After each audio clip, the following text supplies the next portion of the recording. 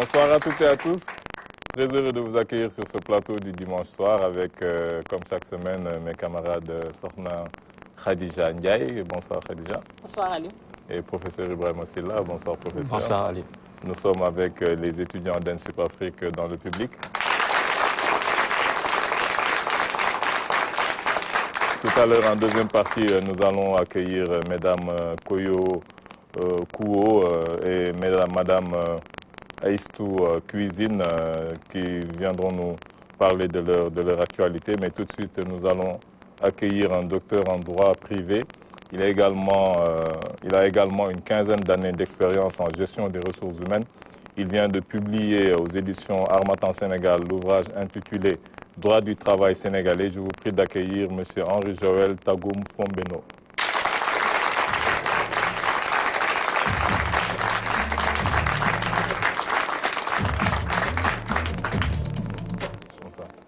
Le Conseil régional de la jeunesse de Kolda œuvre en partenariat avec la GIZ à la sensibilisation des jeunes sur les dangers de la migration irrégulière et sur les possibilités de réussir localement. Pour nous en parler, nous recevons son président, M. Papis Baldé.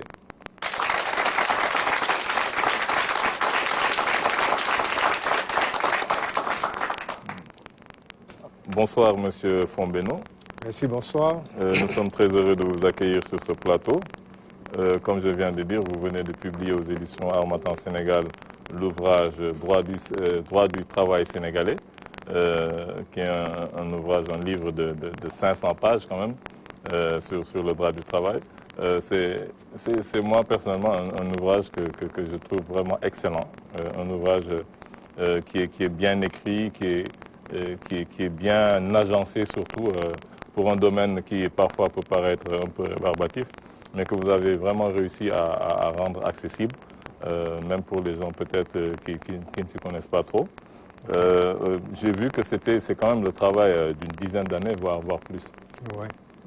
Oui, effectivement, j'ai commencé à écrire sur cet ouvrage il y a effectivement une dizaine d'années, tout simplement parce que le besoin se faisait sentir. J'ai sans cesse reporté la parution, mais à un moment, je me suis dit qu'il fallait que l'ouvrage puisse paraître. Tout simplement pourquoi? Parce que le premier ouvrage de référence sur le droit du travail sénégalais date de 87. 87 quand même, ouais. Or, ça fait plus d'une trentaine d'années. Or, depuis 87, il y a beaucoup d'eau qui a coulé sur le pont. Il y a le visage même du droit du travail sénégalais a été complètement revu. D'autant plus qu'il y a eu un nouveau code en 97. Il y a eu un nouveau code en 1997. Il y a eu des tests d'application qui sont parus. Or, le droit du travail, comme je le dis souvent, c'est l'alpha et l'oméga de la gestion des ressources humaines. On ne peut pas être en entreprise et ne pas connaître les fondamentaux en droit du travail. Notamment pour tout RH doit avoir des fondamentaux. Même si on n'est pas RH, simple salarié, on doit connaître les fondamentaux en droit du travail parce que le droit du travail vous permet... Et même le dirigeant lui-même. Le dirigeant lui-même. Et cet ouvrage un peu permet de suivre l'itinéraire du salarié dans l'entreprise, de l'embauche à la rupture du contrat de travail. Vous avez parlé tantôt du dirigeant. Quand vous prenez le dirigeant d'entreprise, lorsque le salarié entre dans l'entreprise, le premier acte qui est signé, c'est un contrat de travail. Donc il faut se référer aux règles du droit du travail. Lorsqu'il doit quitter l'entreprise, il faut également prendre un acte. Il peut quitter l'entreprise parce qu'il a été licencié, parce qu'il a donné sa démission, ou parce que c'est la fin d'un contrat qui est un contrat à durée déterminée. Et quand on observe le droit du travail, certains pensent que le droit du travail, c'est un droit souvent ésotérique. Mais l'ouvrage essaie de simplifier à travers les exemples, de simplifier un peu la matière et d'apporter des réponses aux préoccupations que les gens se posent souvent. Je prends un exemple simple. En entreprise, il arrive souvent, vous êtes en entreprise, vous n'avez pas signé de contrat de travail. À un moment, l'employeur vous dit tout simplement, bon, il faut arrêter parce qu'aucun contrat de travail ne nous lie. C'est tout simplement, c'est pas ignorance. Parce que quand il n'y a pas de contrat de travail, de facto, ça veut dire qu'il y a un contrat à durée, indéterminée. Et c'est ça le meilleur contrat d'ailleurs même pour le salarié. Parce que le droit de travail... Mais il faut qu'il puisse apporter la preuve aussi qu'il y avait ce lien d'employeur à employé. En l'occurrence, il faut qu'il ait des bulletins de salaire. Il faut qu'il y ait quelque chose pour prouver quand même que... C'est la question que les gens posent souvent. Même s'il n'y a pas de bulletin de salaire, le législateur est très clair, le législateur sénégalais, comme les autres législateurs d'ailleurs, pour qu'il y ait contrat de travail, il faut qu'un certain nombre d'éléments soient réunis. Que le contrat soit verbal ou écrit. Absolument. Il suffit d'une prestation de travail, d'une rémunération et d'un lien de subordination. Un salarié à qui on oppose le fait qu'il n'y a pas de bulletin de salaire, ce qu'il fera lorsqu'il est devant le juge va demander peut-être de mener une enquête. Quand on va mener une enquête, le juge va demander, mais va se poser la question, qu'est-ce que ce monsieur venait faire dans l'entreprise tous les jours? Parce que l'entreprise n'est pas un lieu de pèlerinage. Absolument. Quand on vient dans l'entreprise, c'est nécessairement pour faire quelque chose. Or, s'il est dans l'entreprise tous les jours, il vient, on lui confie des tâches. J'ai dit d'ailleurs, il faut que c'est au salarié aussi d'être assez intelligent quand il est dans une situation précaire où rien n'a été matérialisé par écrit. L'idéal, c'est qu'il faut matérialiser par écrit. Mais même si rien n'est matérialisé par écrit, c'est au salarié d'être assez subtil, d'être assez intelligent pour la préservation de ses droits. Être intelligent en faisant quoi? Quand on lui confie des dossiers à traiter, il lui suffit tout simplement, ce n'est pas de la délation, il défend ses intérêts, il lui suffit d'archiver un certain nombre d'éléments de preuve. Demain, il montrera au juge que voilà, j'ai travaillé sur tel dossier. Et le juge va dire, mais à quel titre vous travaillez sur ce dossier-là? S'il n'y a pas d'écrit, qu'on prend derrière l'article L49 du Code du travail, s'il n'y a pas d'écrit, c'est un contrat de travail à durée indéterminée.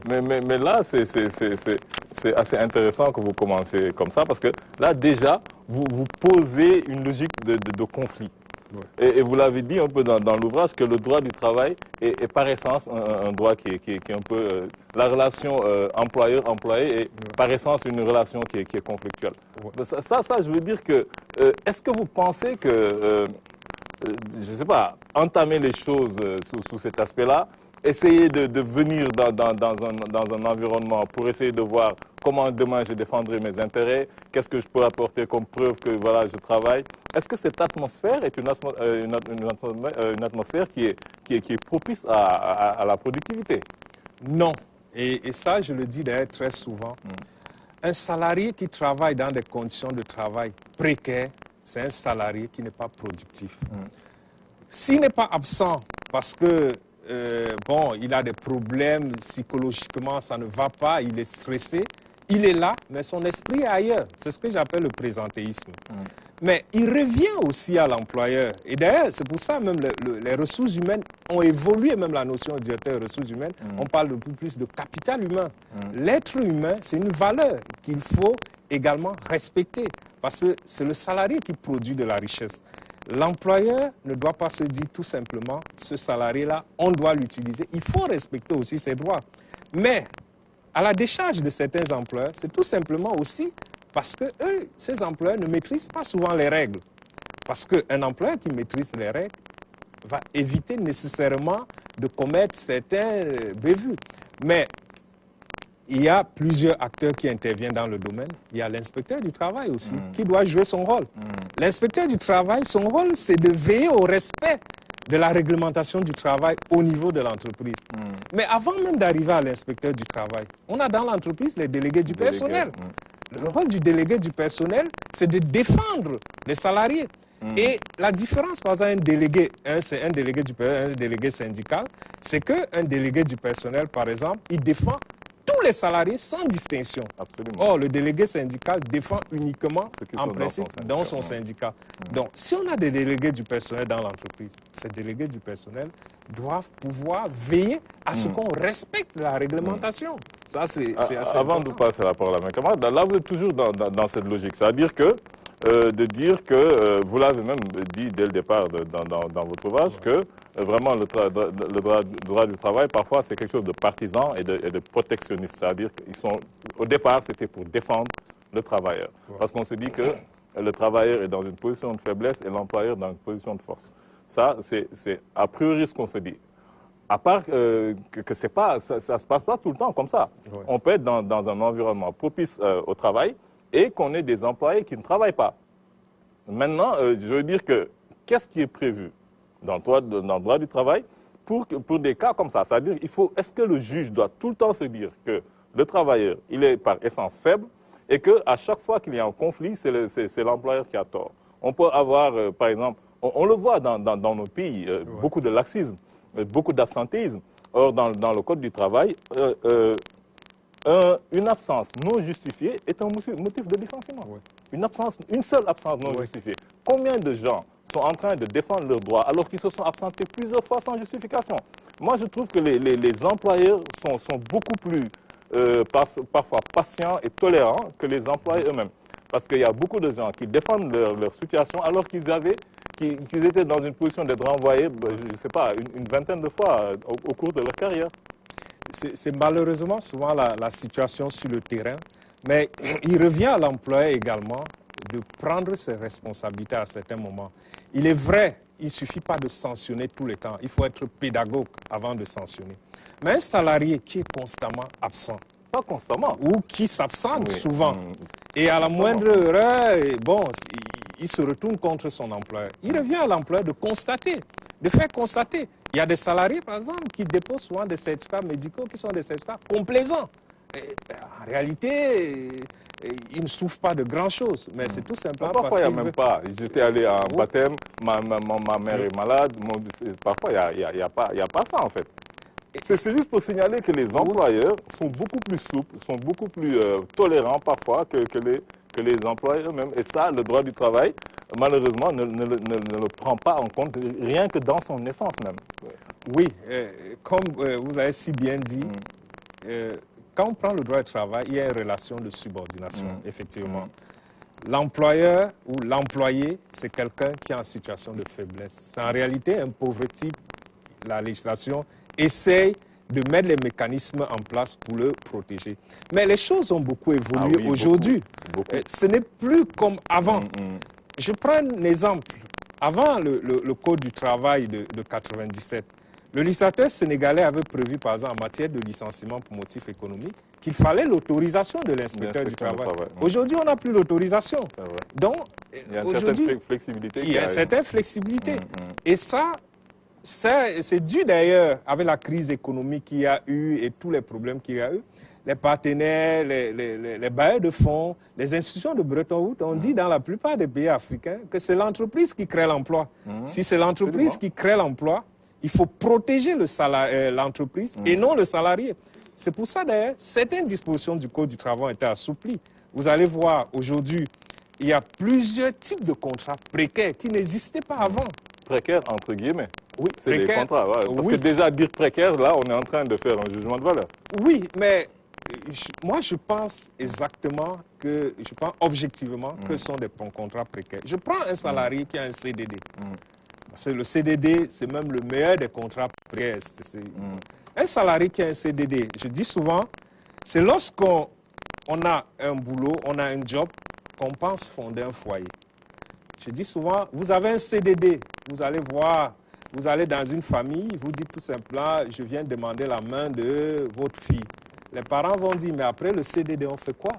C'est le problème qui va se poser. Non, mais... Vous allez à la banque avec votre CDD, la banque, oui, vous dites, moi je veux un prêt, la banque va hésiter.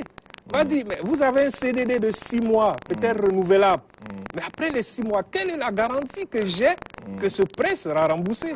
C'est pour ça que je dis, quelqu'un qui a dans un contrat à durée déterminée, c'est quelqu'un qui a un contrat, véritablement, c'est une situation précaire. Il y a d'autres types, même d'autres, les contrats pour surcroît d'activité, les contrats journaliers, ceux-là, à la limite, ne vivent même pas, ils survivent. Ce n'est pas évident. Non, mais parce que on a parlé tout de suite de flexibilité, mais même avant de parler de flexibilité, quand on prend cette situation de l'autre côté de la barrière, Par exemple, maintenant, quelqu'un qui s'investit, qui a sa société, et qui embauche des gens, qui fait des prêts. Et maintenant, de plus en plus, on embauche des jeunes cadres qui ne sont même pas dans une logique de faire carrière. Ça, vous le savez mieux que moi. Maintenant, vrai. Toute la nouvelle génération, lui, quand il vient, ben, peut-être l'employeur, dans sa tête, il se dit, j'ai déniché quelqu'un, mais lui, il sait qu'il ne va même pas faire 2 ans. Il ne va pas faire 1 an. À la limite, il dit, je commence par là et j'ai mon plan de carrière. Moi, je ne veux pas me fixer quelque part. Je vais ici et après, je vais ailleurs. Donc, maintenant, de plus en plus, les employés ne sont plus dans cette logique de faire carrière. Donc, il faut que les choses soient beaucoup plus souples. En termes de flexibilité, on l'a vu avec le cas, on peut prendre le cas de l'Allemagne et de la France. C'est vraiment un cas typique. Nous prenons tout ce qui vient de la France, mais on a vu qu'avec tous les problèmes qu'on a eu avec la crise économique, l'Allemagne a été moins impactée simplement parce que leur système est beaucoup plus flexible. Les employeurs ont beaucoup plus de flexibilité pour pouvoir embaucher ou licencier. Et ce qu'on croit être précaire, et en général, sauve l'économie. On le voit aux États-Unis, on le voit en Allemagne. Je comprends et je suis parfaitement d'accord avec vous, sauf sur un point. Quand on compare l'Allemagne et l'Afrique, là, ils ont le plein emploi.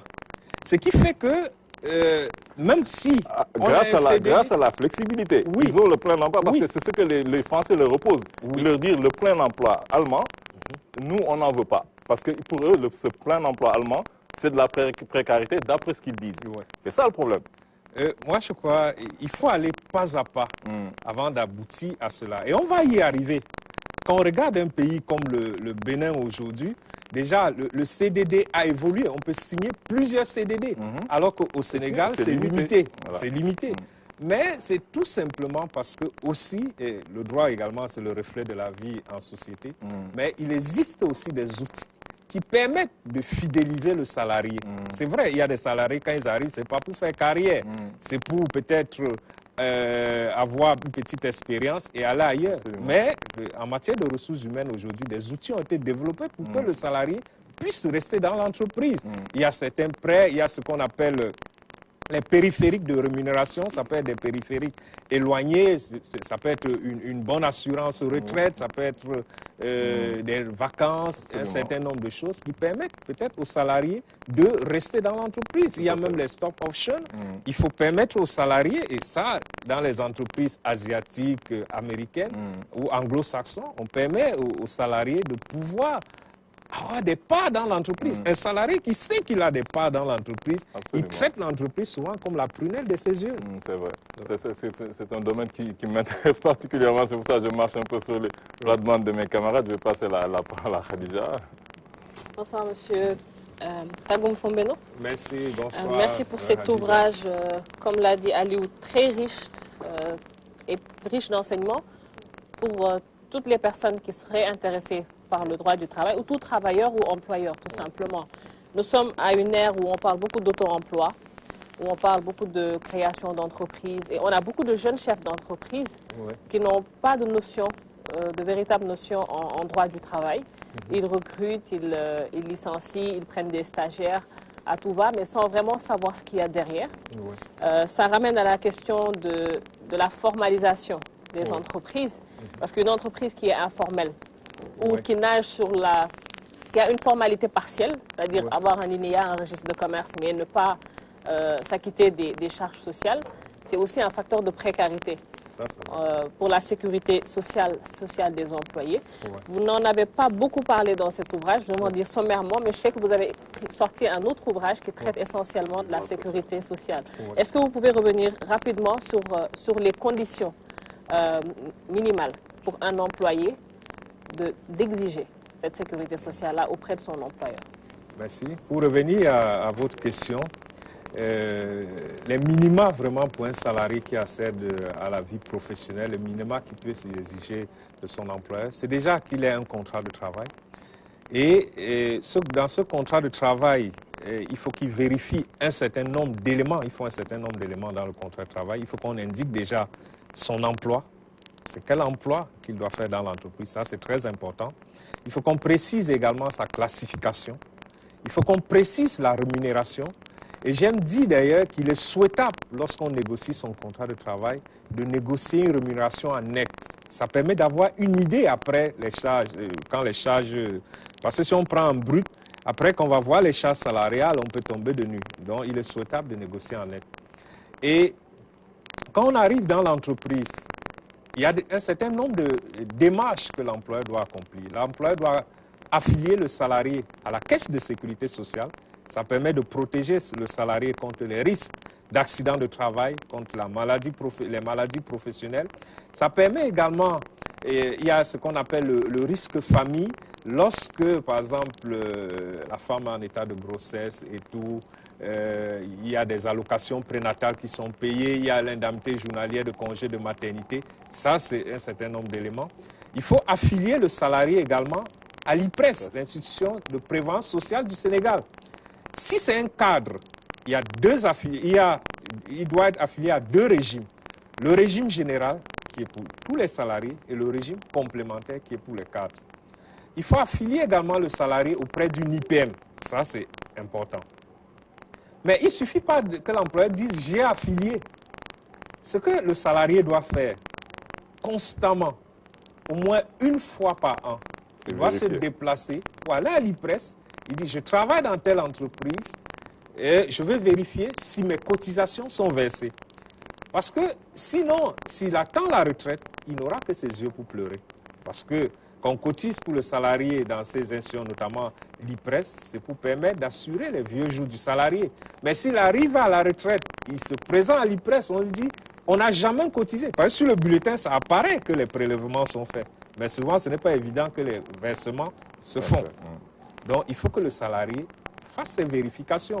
Aujourd'hui, au niveau de l'IPRES, ils sont informatisés, c'est très facile. Ils vous donnent les éléments sur votre situation. Et ça, c'est important, surtout en ce qui concerne l'IPRES, c'est très important. Les IPM aussi, pour se protéger en cas de maladie. Ça permet, lorsqu'on est malade, qu'on se voit peut-être à l'hôpital, les frais sont pris en charge par l'IPM, ou au moins une partie des frais. Il n'y a que le ticket modérateur, un petit pourcentage que le salarié règle.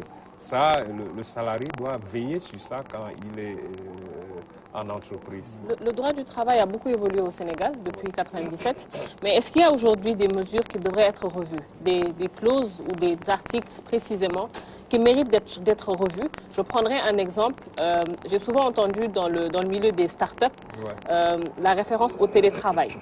Et au fait que ce n'est plus nécessaire aujourd'hui de se déplacer, d'aller au siège social de l'entreprise, de se déplacer, d'être là-bas de 8h à 17h sans être productif ou sans avoir quelque chose à faire.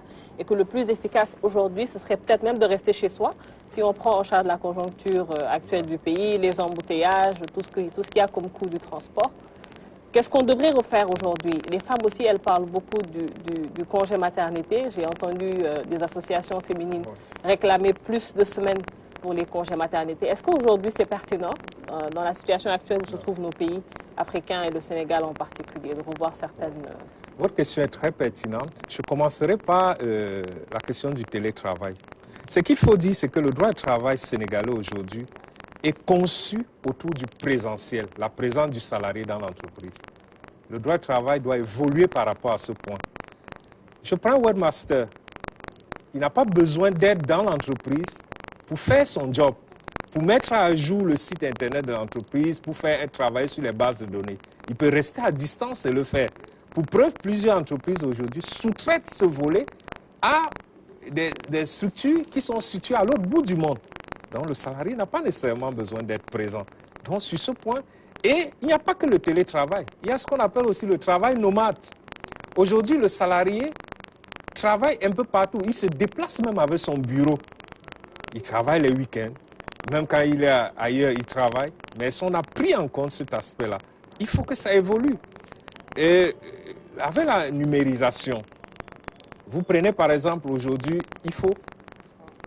nous avons l'obligation de dématérialiser un certain nombre de nos pratiques. Aujourd'hui, quand vous prenez le Code du travail, on vous parle de bulletins de salaire signés et tout.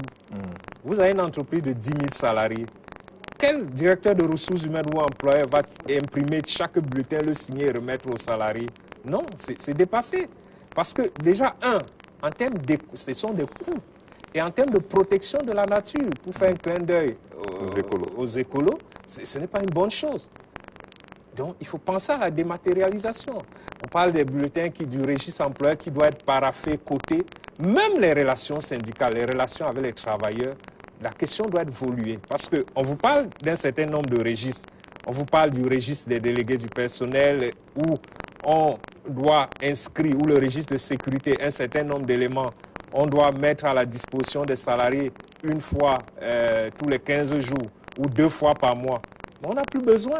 Avec l'évolution technologique, on met tout cela dans un serveur. On dit aux salariés, vous avez accès tel jour. Les gens vont directement, avec des fichiers partagés, des documents partagés, les gens vont sur le serveur et ont accès aux documents. Donc, ce sont des questions qu'il faut nécessairement que le droit du travail sénégalais évolue par rapport à ces aspects-là. La question de durée du travail, il faut que ça évolue. Vous avez parlé concernant le congé de maternité. La norme fixée par les conventions internationales, c'est 14 semaines. C'est la norme.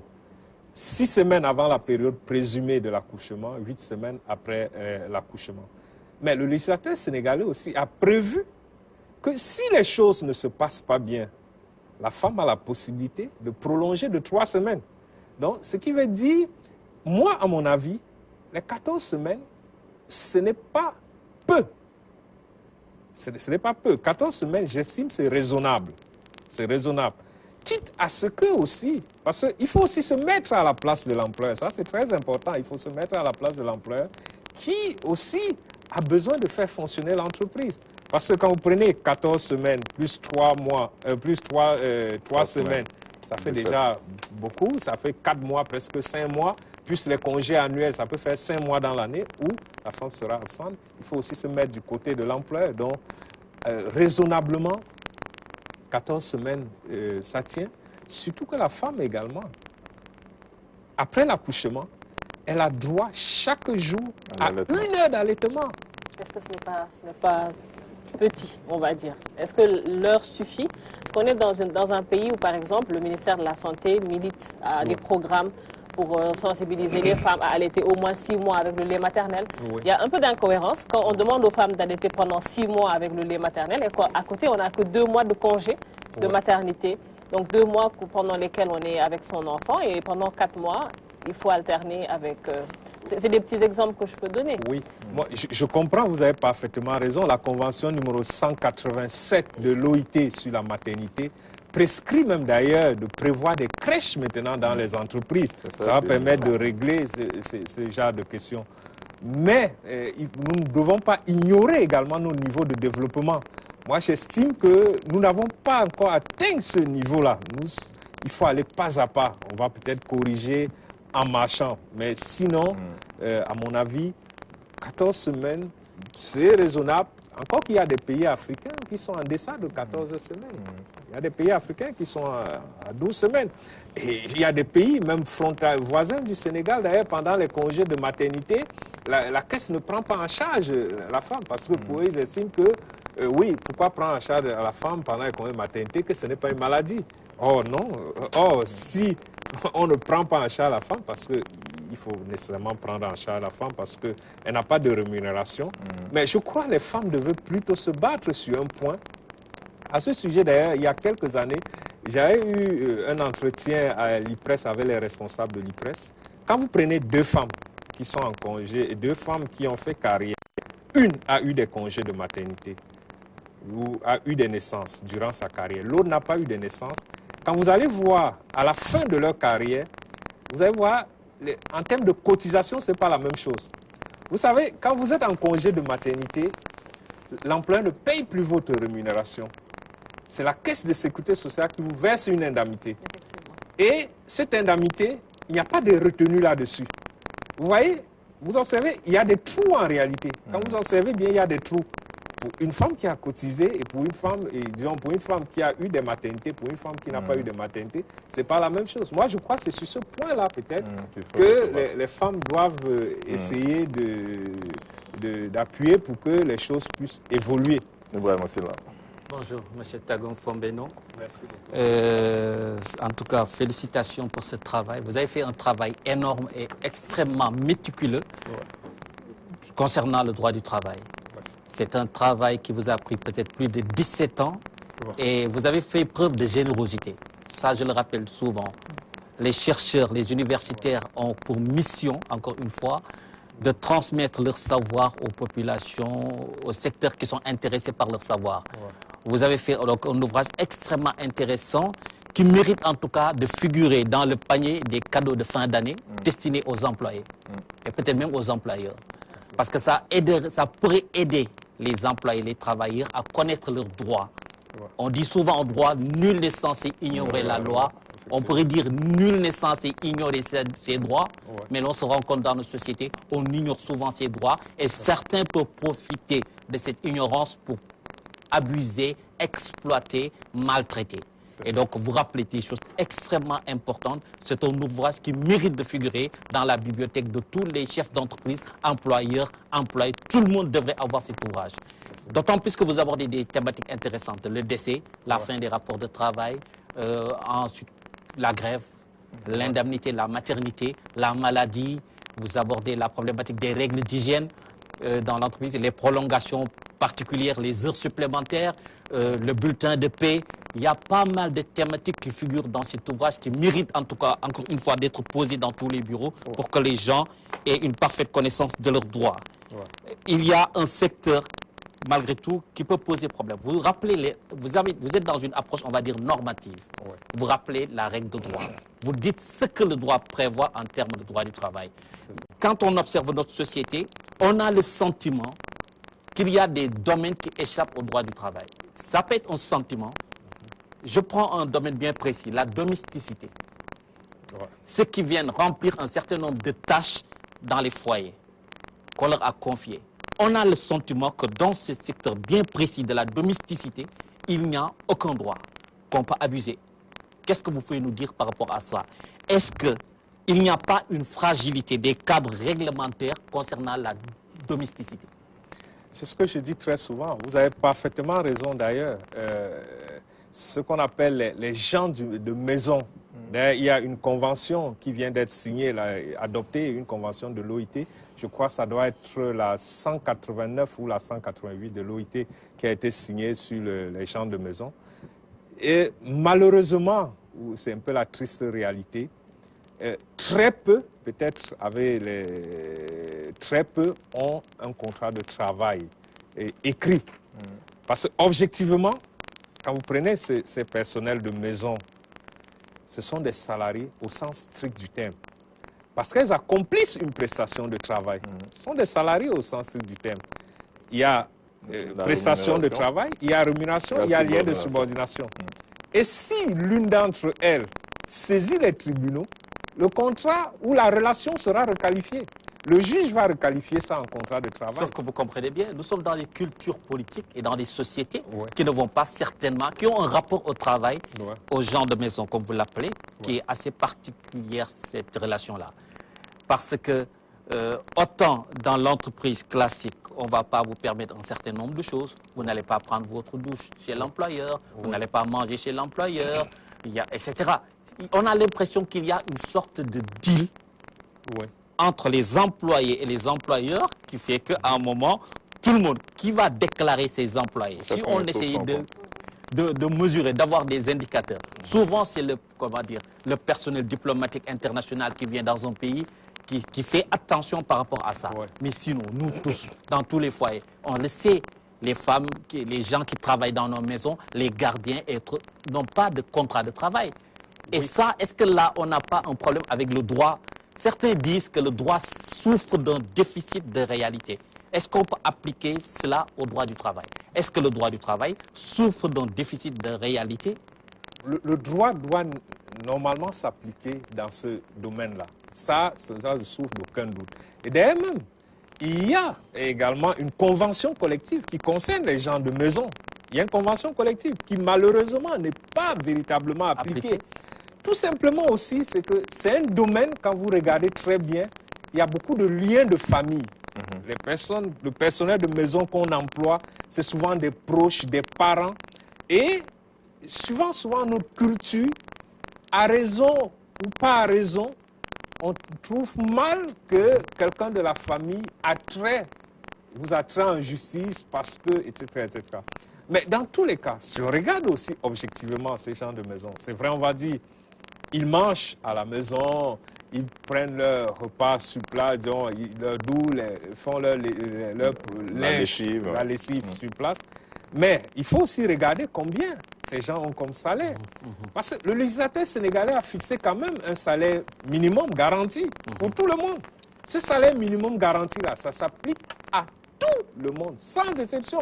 Même si vous êtes éboueur, vous devez avoir ce salaire minimum. Du coup, est-ce qu'il n'y a pas un problème de communication qui se pose? Parce que les gens peuvent dire, moi, je ne sais pas que la personne que j'utilise chez moi, le gardien, autant que la bonne ou la domestique, je devrais appliquer un salaire minimum. Est-ce qu'il n'y a pas un problème de communication? À l'entame de votre propos, le salaire minimum, il est de combien? Il n'est peut-être pas aussi... il est aujourd'hui passé à presque 60 000, une cinquantaine de mille.